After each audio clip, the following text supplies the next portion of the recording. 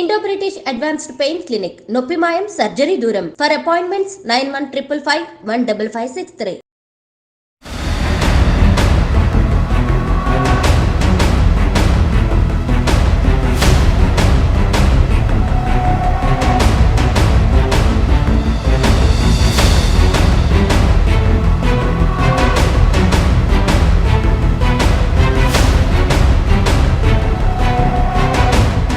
Welcome to I dream.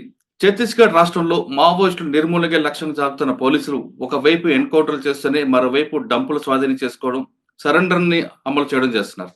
ముఖ్యంగా కొండగాం జిల్లాలో అక్కడ యంగ్ అండ్ డైనమిక్ ఆఫీసర్ ఎక్కువగా సరెండర్ పాలసీని ఇంప్లిమెంట్ చేస్తూ అక్కడ అజ్ఞాతులు ఉన్న మావోయిస్టులందరూ తీసుకురావడం, సరెండర్ పాలసీని ఇంప్లిమెంట్ చేయడం, వాళ్ళకి జనజీవన స్రవంతులు కలపడానికి ఎక్కువగా ప్రాధాన్యత ఇస్తున్నారు. అదొక్కటే కాకుండా డంపులు స్వాధీనం చేసుకోవడం, తుపాకులు తీసుకొచ్చి ఆ సరెండర్ చేయడం అంటే మావోయిస్టు పార్టీకి పెద్ద దెబ్బ తగిలిందని చెప్పుకోవచ్చు. ఒక 2 రోజుల క్రితం ఛత్తీస్గఢ్ రాష్ట్రంలో జరిగిన కూంబింగ్ లో ఒక డంప్ దొరకడంతో దాదాపు ఎక్కువ బర్మా తుపాకులు, అదేవిధంగా మందుగుండ సామాగ్రి దొరికింది. అంతేకాకుండా ఒక ముఖ్యమైన వ్యక్తిని, ఉసండి లాంటి వ్యక్తిని కూడా సరెండర్ చేయించిన యంగ్ అండ్ డైనమిక్ ఆఫీసర్ ఈ రోజు మన గెస్ట్. ఆయన అడిగి చాలా క్లారిటీగా ఛత్తీస్గఢ్ రాష్ట్రంలో 2026 సరికి మావోయిస్టు నిర్మూత రాష్ట్రంగా ప్రకటించడంలో దానికి ఎంతవరకు వాళ్ళు కృషి చేస్తున్న విషయాన్ని సార్ అడిగి తెలుసుకుందాం. సార్ నమస్తే అండి. నమస్తే మురళీధర్. నమస్తే.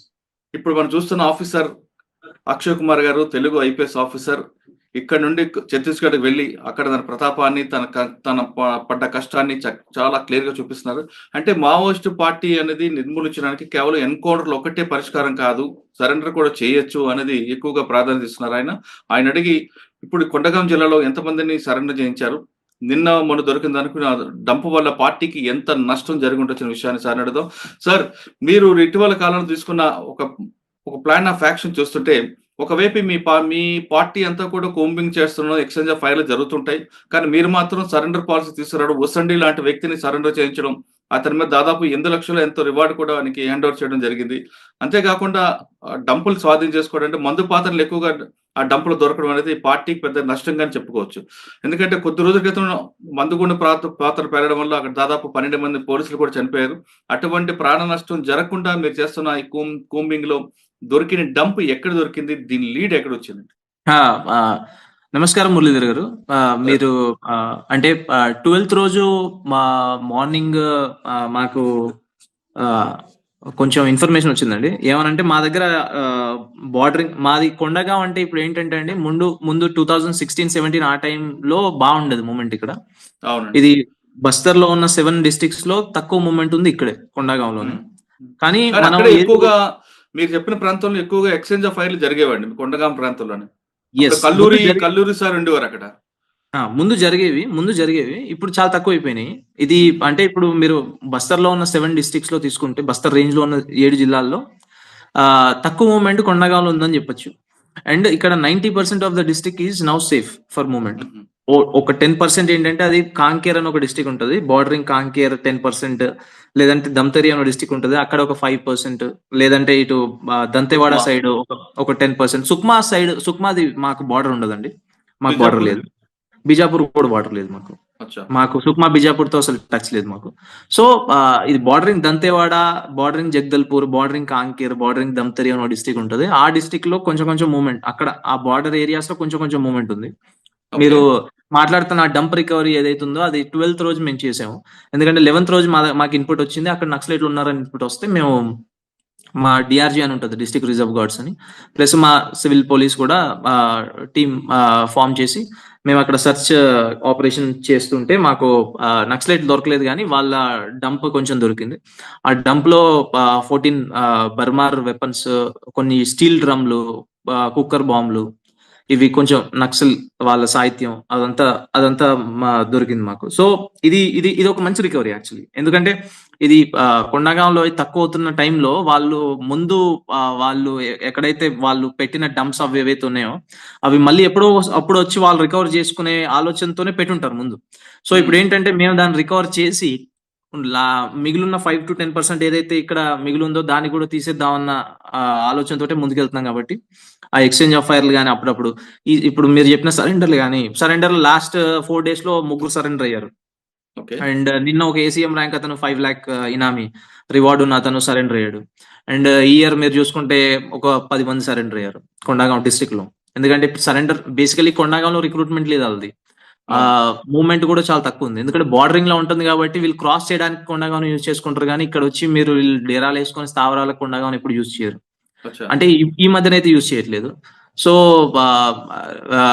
మా ఫోకస్ అయితే అదే ఇప్పుడు సరెండర్ మీద ఉంది. ఒకటి డంప్స్, ఏవైతే డంప్స్ కూడా ఈ ఇయర్ మేము దాదాపు 7 to 8 డంప్స్ రికవర్ చేసాం. ఇలాగే ఇంకా కూడా ఉన్నట్టున్నాయి, మాకు తెలీదు. అది ఇన్ఫర్మేషన్ వస్తుంది. సో ఇన్ఫర్మేషన్ వచ్చిన కొద్దీ will recover the dumps. Okay sir, Kondagaon జిల్లాలో తక్కువ ఉంది, మూవ్మెంట్ తక్కువ ఉంది కాబట్టి ఇటువైపు రావడానికి ప్రయత్నం చేస్తున్నారు మీరు చెప్తున్నారు. అంటే పబ్లిక్ సపోర్ట్ లేదండి ఇక్కడ? అసలే లేదు, పబ్లిక్ సపోర్ట్ ఏం లేదు. ఎందుకంటే ఇప్పుడు మీరు కొండగాంలో మీరు ఒకవేళ టైం ఉంటే యూ కెన్ విజిట్ కొండగాం ఆల్సో. కొండగాం చాలా పీస్ఫుల్ గా ఉంటది. ప్లస్ రోడ్స్ కూడా ఇంటీరియర్ వరకు వచ్చేసాయి అండ్ టవర్స్ కూడా ఇంటీరియర్ వరకు వచ్చేసాయి. కాబట్టి రోడ్స్, టవర్స్, ఎప్పుడైతే స్కూల్స్, కాలేజెస్ ఓపెన్ అవ్వడం స్టార్ట్ అయిందో ఇంటీరియర్ లో, సో రిక్రూట్మెంట్ అనేది వాళ్ళకి అసలు కంప్లీట్ గా లేనే లేదు. అండ్ వాళ్ళ ఏ ఏజ్ గ్రూప్ అయితే చూస్తారో, వాళ్ళు 14 years నుంచి 20 years వరకు ఆ రిక్రూట్మెంట్ అబ్బాయిలని అమ్మాయిలని చేద్దామని చూస్తారు. వాళ్ళు మొబైల్స్ కి అట్రాక్ట్ అయ్యి, లేదంటే ఇప్పుడు మంచి మంచి ఎడ్యుకేషన్ కి అట్రాక్ట్ అయ్యి, లేదంటే వీటి అన్నిటికి అట్రాక్ట్ అయినప్పుడు ఏంటంటే అటు సైడ్ వెళ్ళడానికి స్కోప్ చాలా తక్కువ ఉంటుంది. అండ్ ఇది ఒక ఎగ్జాంపుల్ యాక్చువల్లీ. ఇది కొండగాం చూసుకుంటే మీరు, ఇది ఒక ఎగ్జాంపుల్ అవుతుంది వేరే బస్తర్ డిస్ట్రిక్ట్స్ కి. ఒకసారి ఇక్కడ నుంచి వెళ్ళిపోయిన తర్వాత ఎంత డెవలప్ అవుతుంది డిస్ట్రిక్ట్ అనేది, ఇది అన్ని డిస్ట్రిక్ట్స్ కి ఒక ఎగ్జాంపుల్ లాగా పనిచేస్తుంది.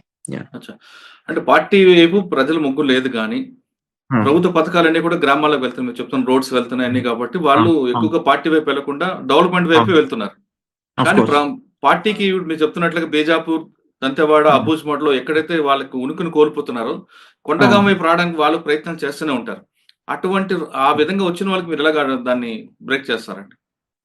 అంటే ఇప్పుడు వాళ్ళు వచ్చి కూడా ఇక్కడ చేసేది ఏమి లేదు. ఇది ఓన్లీ ట్రాన్సిట్ కి యూజ్ చేయడం తప్ప ఇక్కడ వచ్చి వాళ్ళు చేసేది. ఎందుకంటే ఆల్రెడీ మన ఇంటీరియర్ ఇప్పుడు కొండగాంలో మీరు చూసుకుంటే అసలు ఏ ఏరియా లెఫ్ట్ అవుట్ అనే ఏరియా అసలు లేదు. ప్రతి దగ్గర మా క్యాంప్స్ వచ్చేసినాయి, పోలీస్ స్టేషన్స్ వచ్చేసినాయి. ఇప్పుడు వాళ్ళు వచ్చి కూడా మళ్ళీ అక్కడ చేసేది ఏమి లేదు. ఎందుకంటే they always want to go in to some areas which are actually obscure. ఏమి పోలీస్ అదేంటి తిరగని ప్రాంతాలు, లేదంటే ఓన్లీ ట్రైబల్స్ ఉన్న ప్రాంతాల్లోకి వెళ్ళడానికి వాళ్ళు ప్రిఫర్ చేస్తారు. ఎందుకంటే వాళ్ళకి they need some time to cope up. అట్లాంటి ఏరియాస్ లో వాళ్ళు ప్రిఫర్ చేస్తారు. ఇక్కడ కొండగాంలో వాళ్ళు వచ్చి కూడా I don't think they will be surviving here. మరి సెంట్రల్ గవర్నమెంట్ కూడా ఒకటి అనౌన్స్ చేసింది, 2026 సరికి, మార్చి సరికి కంప్లీట్ గా ఛత్తీస్గఢ్ లో మావోయిస్ట్ పార్టీ మూవ్మెంట్ లేకుండా చేస్తామని. ఆ దిశగా వెళ్తుందంటారా? అంతకంటే ముందు అయిపోద్ది అనిపిస్తుంది అసలు. అవునా? ఎంతమంది ఉండొచ్చు అండి జనరల్ గా ఛత్తీస్గఢ్? 2000 రికార్డులు చెప్తున్నారు, వాస్తవం అంటారా? 2000 మంది అంతే, సుమారుగా 2200-2500 మంది ఉండొచ్చు. ఇవాళ కూడా మీరు చూస్తే బీజాపూర్ ఎన్కౌంటర్ అవుతుంది, అది కూడా చెప్పేది ఎన్కౌంటర్. ఎక్కడండి? బీజాపూర్ లో మార్నింగ్ 12 మంది చనిపోయారు, 13 మంది చనిపోయారు కదా. ఇంకా జరుగుతూనే ఉంది. ఇంకా జరుగుతుందంటారా? సార్, అబూజ్మఠ్ కంప్లీట్ గా పోలీస్ ఫోర్స్ అంతా వెళ్తుంది కదండి, అక్కడ ఏమైనా ఇబ్బంది రావట్లేదా? ఇబ్బందులు అంటే పెద్దగా ఇబ్బందులు వాళ్ళకి వస్తున్నాయి, మాకేం పెద్దగా ఇబ్బందులు రావట్లేదు. అంటే కంప్లీట్ గా వాళ్ళకి అప్పర్ హ్యాండ్ వాళ్ళదే ఎక్కువ ఉంది కదా అబూజ్మఠ్ లో. అదే అండి, అంటే ఉండేది. ఇప్పుడు అబూజ్మఠ్ తీసుకుంటే మీరు 4000 square kilometer ఏరియా, అదంటే 7 సింగపూర్లు పట్టచ్చు, అంత పెద్ద ఏరియా ఉంటుంది దాంట్లో. అది ఇప్పుడు అది ముందు ఎవరు టచ్ చేయలేదు కాబట్టి ఇప్పుడు ఏంటంటే కాన్స్టాంట్ గా ఫోర్స్ లోపలికి వెళ్ళిపోతుంది, క్యాంప్స్ పెడుతున్నారు. అండ్ ప్రాపర్ గా మీకు చూస్తే ఎక్స్చేంజ్ ఆఫ్ ఫైర్లు అన్నీ అవుతున్నాయి. అండ్ వాళ్ళ బాడీలు ఎక్కువ దొరుకుతున్నాయి, డంపులు రికవర్ అవుతున్నాయి, సరెండర్లు చాలా విపరీతంగా సరెండర్లు అవుతున్నాయి. ఎందుకంటే వాళ్ళ దగ్గర వేరే ఆప్షన్ లేదు. ఒకటి సరెండర్ అవ్వచ్చు, లేదంటే ఎప్పుడప్పుడు అరెస్ట్ అవుతారు, లేదంటే ఎప్పుడప్పుడు చచ్చిపోతారు. ఇవి 3 ఆప్షన్లు తప్ప వాళ్ళ దగ్గర వేరే ఆప్షన్లు ఏమి లేవు. సో వాళ్ళకు కూడా అర్థమైపోయింది. అండ్ రిక్రూట్మెంట్ చాలా తగ్గిపోయింది, వాళ్ళు ట్రైనింగ్ క్యాంపులు ఆర్గనైజ్ చేయలేకపోతున్నారు, అంత ఖాళీ సమయం వాళ్ళకి దొరకట్లేదు. అండ్ ఇప్పుడు సెంట్రల్ కమిటీలో చూసుకుంటే మీరు 7-8 మంది తప్ప ఎక్కువ లేరు. అందరూ కరోనా వాళ్ళు చచ్చిపోయిన వాళ్ళు, లేదంటే తర్వాత పట్టుబడిన వాళ్ళు, లేదంటే చచ్చిపోయిన వాళ్ళే ఉన్నారు. సో ఇప్పుడు మీరు చూసుకుంటే వాళ్ళ దగ్గర వేరే ఆప్షన్ లేదు ఇంకా. సార్, మీరు చెప్తున్న సెంట్రల్ కమిటీలో ఎక్కువగా తెలుగు వారు ఉన్నారు, వాళ్ళ లీడ్ కింద మీరు చెప్తున్న ఛత్తీస్గఢ్ ఆదివాసులు పనిచేయడానికి ఇష్టం లేరు అనేది ఒక ఇన్ఫర్మేషన్, వాస్తవం అంటారా? అది కూడా ఏజ్డ్ గ్రూప్ ఉన్నారు కాబట్టి, అది కూడా ఆంధ్ర వాళ్ళు అంటే తెలుగు వారే ఎక్కువగా డామినేట్ చేస్తున్నారు అన్నది. అది ముందు నుంచి డామినేట్ చేసేవాళ్ళే, తెలుగు వాళ్ళే. ఎందుకంటే వాళ్ళే కదా ఇక్కడికి వచ్చి మూవ్మెంట్ టేక్ ఓవర్ చేసి అదంతా చేసింది. బట్ మీరు ఇంటర్నల్ గా ఏదైతే చెప్తున్నారో నాకు పెద్దగా ఐడియా లేదు. ఓకే సార్, హిడ్మా అనేది మీకు ఛత్తీస్గఢ్ పోలీస్ కి ఒక టార్గెట్, ఆ మూవ్మెంట్ ఉందంటారు అక్కడ?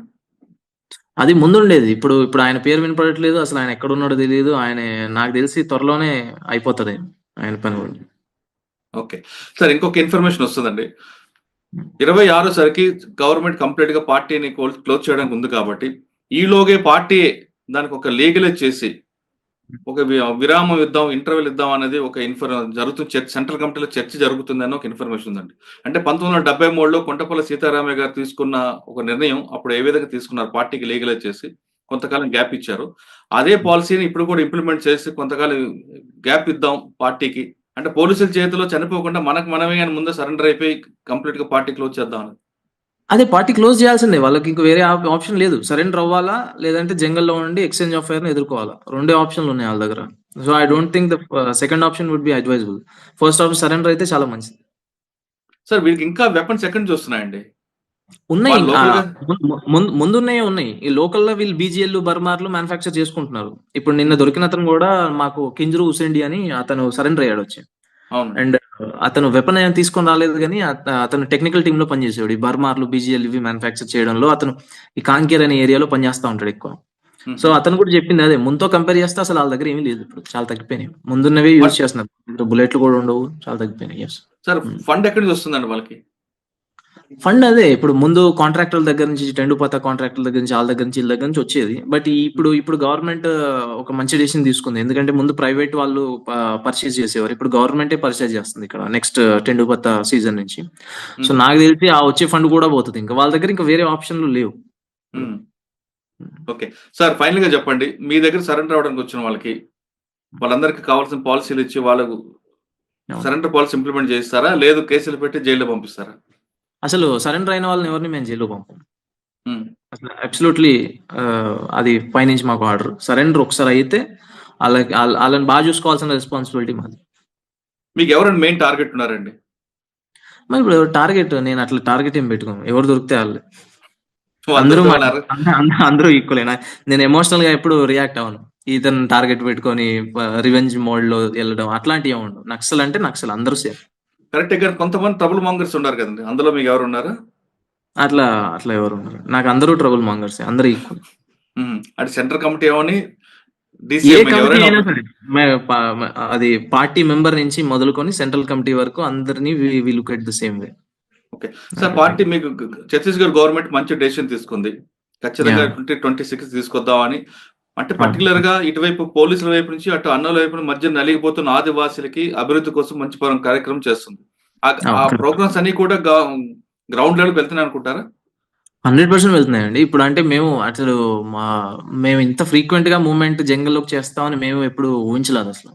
అంటే మొత్తం మేము ఎవ్రీ వీక్ విలేజ్ లోకి వెళ్ళి మొత్తం నేను మా కలెక్టర్ గారు వెళ్ళి మొత్తం డిస్ట్రిక్ట్ అడ్మినిస్ట్రేషన్ తీసుకెళ్లి క్యాంప్స్ పెట్టడం, వాళ్ళకి ఏం కావాలో చూడడం, వాళ్ళు కూడా ఫస్ట్ టైం గవర్నమెంట్ ని చూడడం, ఇట్లాంటి స్కీమ్స్ లో వాళ్ళు పాలు పంచుకోవడం, ఇవన్నీ అసలు అది వాళ్ళు కూడా ఎప్పుడు అనుకోని థింగ్. ఇదంతా వాళ్ళకు కూడా ఇది చాలా బాగా అనిపిస్తుంది. ఎందుకంటే ఇన్ని బెనిఫిట్స్ ఉంటాయని వాళ్ళకు కూడా అసలు ఐడియా లేకుండా ఎప్పుడు. ఓకే, అంటే అడవుల్లో కూడా మీరు టీవీలు పెట్టి వాళ్ళందరూ కూడా మొబైలైజ్ చేస్తున్నారట కదా? అదే, అంటే ఇప్పుడు టీవీలు అనేది ఒక రెడెండెంట్ టాపిక్ అయిపోయింది. ఎవరి దగ్గర అయినా మొబైల్స్ ఉన్నాయి, టవర్స్ వచ్చేసినాయి. అసలు ఎవరు నాకు తెలిసి టీవీలు చూడట్లేదు ఇప్పుడు. మొత్తం అందరు యూత్ అంతా మొబైల్లో ఉన్నారు. ఫారెస్ట్ లో కూడా అరే మీరు ఇక్కడ చూస్తే సర్ప్రైజ్ అవుతారు. మీరు ప్రతి ఒక్కరికి ప్రపంచంలో ఏం జరుగుతుందో అందరికి తెలుసు. గవర్నమెంట్ స్కీమ్స్ ఏమున్నాయో అందరికి తెలుసు. వాళ్ళు ఎట్లా అప్లై చేసుకోవాలి అందరికి తెలుసు. అన్ని ప్రాపర్ గా వాళ్ళకి అవైలబిలిటీ ఉంది ఇప్పుడు. ఓకే సార్, ఫైనల్ గా చెప్పండి సార్, ఇటువైపు పోలీసులు గాని అటువైపు వాళ్ళ గాని చనిపోకుండా ఛత్తీస్గఢ్ లో ఇంకా రక్తపు మరకలు కనబడకుండా లేదా బుల్లెట్ల సౌండ్ ఆగిపోవాలంటే ఏం చేయమంటారు? 2026 తర్వాత ఆగిపోద్ది అనిపిస్తుంది. ఆటోమేటిక్ అది ఆగటం కరెక్టే సార్. అసలు వాళ్ళ వైపుగా అంటే వాళ్ళు కూడా మన దేశంలో మన మనుషులే కాబట్టి వాళ్ళ వైపు నష్టం జరగకూడదు, ఇటువైపు పోలీసు కూడా జరగకుండా ఉండాలి. కరెక్ట్. అది వాళ్ళు తీసుకోవాల్సిన డెసిషన్ కదండి. ఇప్పుడు ఇంత మంచి సరెండర్ పాలసీ ఎక్కడ, ఇప్పుడు రాగానే ఇమీడియట్ గా క్యాష్ ఇచ్చేస్తున్నాం. అంటే ఇప్పుడు అంతకంటే ఇప్పుడు ఇమీడియట్ గా క్యాష్ ఇస్తున్నాము, వాళ్ళకి మంచి బెనిఫిట్స్ ఇస్తున్నాము, నౌకరీలు ఇస్తున్నాము, ల్యాండ్ ఇస్తున్నాము, ఇవన్నీ ఇంతకంటే మంచి బెనిఫిట్స్ ఏముంటాయి? వాళ్ళు తీసుకోవాల్సిన డెసిషన్ అది. సార్ మీరు డైరెక్ట్ గా పార్టీకి ఒక అపీల్ చేయండి. పార్టీకి అపీల్ అదే, ఇప్పుడు ఇంత మంచి పాలసీలు మీరు ముందు ఎక్కడ చూడలేదు అసలు. ముందు కంటే చాలా బెటర్ పాలసీలు ఉన్నాయి. వచ్చేసి సరెండర్ అయిపోండి, సొసైటీలో కలిసిపోండి, అండ్ జరుగుతున్న డెవలప్మెంట్ ని ఆపద్దు. ఛత్తీస్గఢ్ రాష్ట్రంలో ఇకపై కాల్పులు మోత ఆగిపోవాలన్నా, పోలీసుల బూట్లు చప్పులు వినపడకుండా ఉండాలంటే ఖచ్చితంగా మీరందరూ జనజీవన రండి.